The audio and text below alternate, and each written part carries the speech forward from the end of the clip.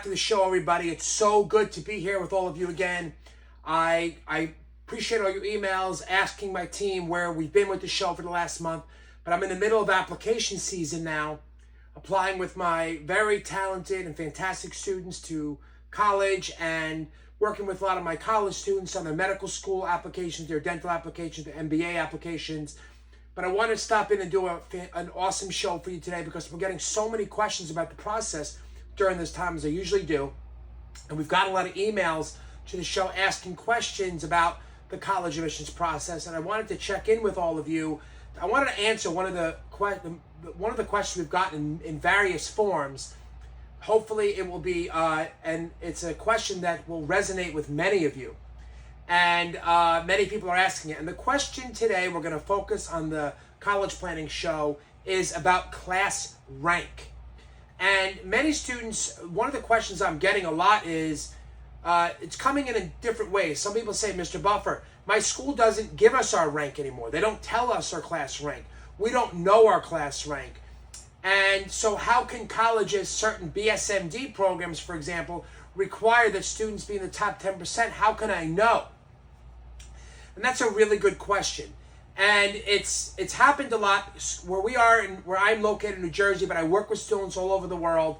A lot of high schools have done away with class rank for various reasons. One of them being it created too much tension in the school, too much competition, unhealthy competition.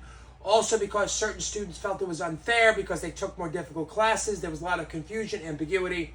But I do want to answer the question in many ways. And the first thing I want to say is that even though many high schools don't officially have class rank, admissions officers whom I speak with at the most selective schools still want students who are already in the top 5 to 10% of their high school class. So the question becomes, how does a school like UPenn or Harvard or Yale or Cornell or MIT know who's in the top of their class, even though there's not an official ranking anymore? And the first thing I want to say is they have an amazing ability to ascertain where students stand, and there's many ways that they are able to see this. And one of the ways is colleges do get a school report, and they see the availability of classes in your school.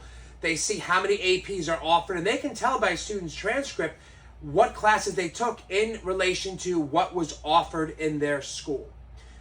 They can also see the other applicants to that same school, the classes they took. So that's the first thing. If a student applies, has 3 APs their junior year, but there were more APs offered, they can see the level of rigor that student had in relation to their peers and in relation to what was available in their school. Also, one of the most unspoken ways that colleges can ascertain where a student stands within their school is counselor letters, especially teacher letters, teacher recommendation letters. 99% of the time, I used to work in a high school, and I would work closely with guidance counselors. I work closely with counselors now.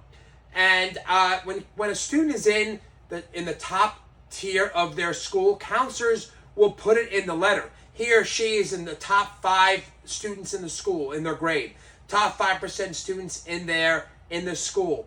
And top 5% of their grade. Counselors will say this. They will often put this in there because it's right on the top of their head. And they can tell, again, comparing the student to other applicants who are coming in at that time, reading the counsel letter, seeing the grades students had in their classes, it's very easy to tell where a student stands. Having done college admissions for so long, I can tell right away. I work with students in the same school, and I can tell where students stand in the same school. Okay? So they're definitely able to tell, and they do get a scatter plot of the GPAs in the school. They do get a scatter plot of where a student who's applying stands in their school. And the reason this is important to bring up is because one of the things I talk about, one of the college admissions misconceptions many people have is when you apply to college, you are not applying as an individual separate from your class or your school. You are applying as a member of your school. Again, the misconception is I am applying as a separate individual. No, you are applying as a member of the grade 12 class of South Brunswick High School, East Brunswick High School, Montgomery Township High School. They are looking at you in relation to how you did compared to your peers. Because top schools, most competitive schools, the most competitive programs are building an all-star team. They want students who stood out in their environment first. How can you ask to go to a standout school if you have not stood out in your environment, if you're not one of the best in your environment? That is an unescapable reality that top schools and programs are looking for people that performed the best in their school. Now, are there exceptions? Of course there are. When I had a student who got recruited to Cornell for wrestling, and he was not in the top tier academically, but that was the institutional priority to get into the school for athletics. But we're talking, there are many pathways into a school, but the most prominent pathway is academically. And in the academic realm, colleges are building an academic class, a class, not letting an individual, you always hear me say, and they want students who have been the top performers academically in their environment. And they don't need an official class rank to tell this. Trust me, I've seen it. It always works out this way. They can see where you stand amongst your peers. Now, does that mean test scores don't matter? Absolutely not. It doesn't matter. But the first place they're looking is how you perform with your peers, because that's going to signal to them. Remember, GPA always the transcript tells you what you've done. Test scores, on the other hand, tell a college what you're capable of. Aptitude tests tell you what you're capable of. And if a student underperformed GPA-wise, but did very well in their scores, that's a dilemma the college has to reconcile. Was it because they didn't do their homework, or they didn't perform well in class because they didn't get along with teachers? They were hard to teach. Did they not put an effort in school? Were they more focused on extracurriculars? And that's a narrative that'll be reconciled through the essays we write, through recommendation letters, and many other pathways different pathways that happen during the admissions process. So class rank is important. Colleges do look at you according to how you stand in your class. Now, as a college admissions counselor and coach, I try to position students the best I can, and after I ascertain where they stand in their class. If I feel they underperform, we try to have that explained in their essays or in their additional information section of their comment application. This is something that we try to put in there, but we have to start to look at where student stands within their rank. And I will tell you, even though high schools do not offer an official class rank, if you listen, even if you're not working with me, if you ask your guidance counselor where you stand amongst your peers, they have a good idea. They will tell you you're probably within the top 10%, 15%. They will tell you, even if it hasn't officially come out yet.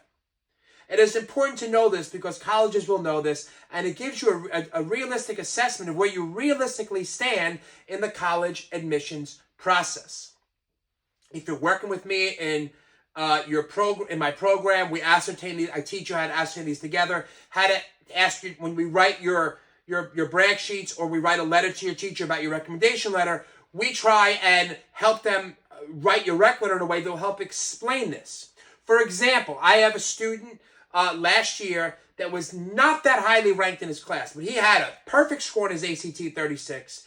He had amazing extracurriculars. He was the head of he founded an engineering club in his school, along with, his best friend. And he was amazing. He stood out.